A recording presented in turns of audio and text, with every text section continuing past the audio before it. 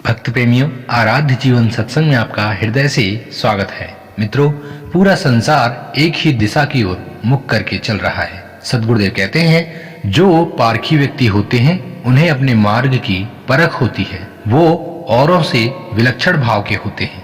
जैसे कई पक्षी जल में तैरते हैं, सब इधर उधर भागते हैं, किंतु हंस एक ऐसा पक्षी है जो पूर्व दिशा की ओर अर्थात सूर्य की किरण की ओर मुख करके चलता है।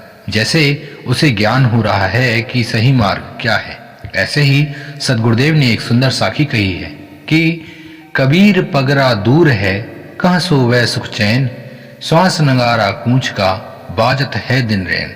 मित्रों, कबीर साहब ने इस साखी में इतनी गहरी बात कही है कि साधारण मति से समझना अर्थात ऊपर ही ऊपर अर्थ लगाना है।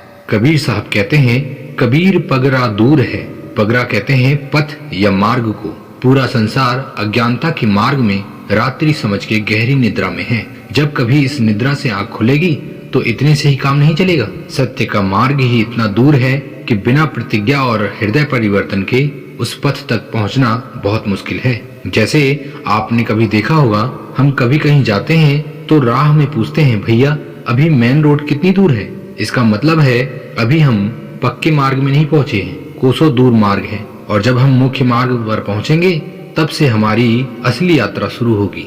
भाई रे भाई, अभी तो आंख खुली ही नहीं है। संसार के प्रपंच में ऐसे घिरे हैं जैसे चक्रव्यूह में अभिमन्यु फंस गया था। उसे उसके साथियों ने कहा था, जब निकलना नहीं जानते तो चक्रव्यूह में मत जाओ, लेकिन वो नहीं माना। ऐसे ही संपूर्ण संसार की गति है। लोभ, मोह और अहंकार ने ऐसा जाल बिछाया है कि कोई निकलना ही नहीं चाहता। सदगुरु कबीर चेतावनी देते हुए कहते हैं कि गहरी नींद में खर्राटे मारने वाले लोगों की भांति मनुष्य दिन रात भोग वासनाओं में खो गया है और कभी सुख कभी दुख के खर्राटे में सत्य का ध्यान ही नहीं रखता। भाई जाग और जाग के देख, ये जो तुम्हारी सांसें चल रही है ना, ये घास के कूच के बने हुए नगारे के समान है। इसका कोई पता नहीं ये कब फट जाए, और ध्यान रखना ये दोबारा बनेगा भी नहीं। इसलिए अपने अनमोल समय को पहचान कर सत्य का पथ पकड़ लो। किसी भी अंधविश्वास को धारण मत करो। पहले जानो तब मानो। विवेक की आंखें खोलो और हर कर्म में सत्य को धारण करो। बस इतना कर लिया तो मोह माया की नींद स्वयं टूट जाएगी। प्यारे भक्त प्रेमियों, संसार क्या कर रहा है इससे ज्यादा महत्वपूर्ण है मैं क्या कर रहा हूँ। अतः स्वयं को देखिए, संसार को नहीं। स्वयं की परख जरूरी है। मित्रों, ऐसे ही अमृत प्रेरणाओं से अपने जीवन को सुसज्जित करते रहें। मिलते हैं अगली अमृत प्रेरणा में।